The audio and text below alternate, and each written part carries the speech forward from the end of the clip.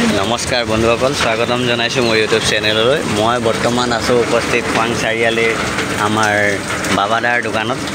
আপোনালোকে ইয়ালৈ আহিলে বিভিন্ন ধৰণৰ বস্তু পাব, জুচৰ পৰা আদি কৰি পপকৰ্ণ, বেকাৰী বিস্কুট, চিপছ।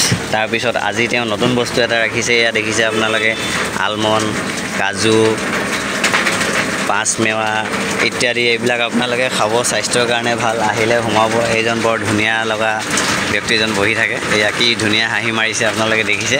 একেবাৰে ৩৭ নং ৰাষ্ট্ৰীয় ঘাইপথৰ একদম মেইন খোৱাং চাৰিআলিত আছে ফুকন দিবানৈশ বাছ সেৱা।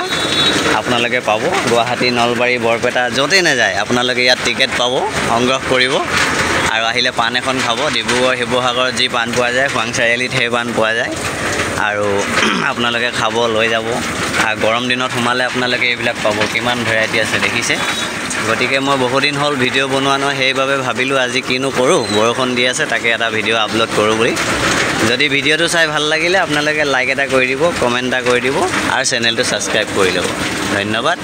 জয় আই অসম।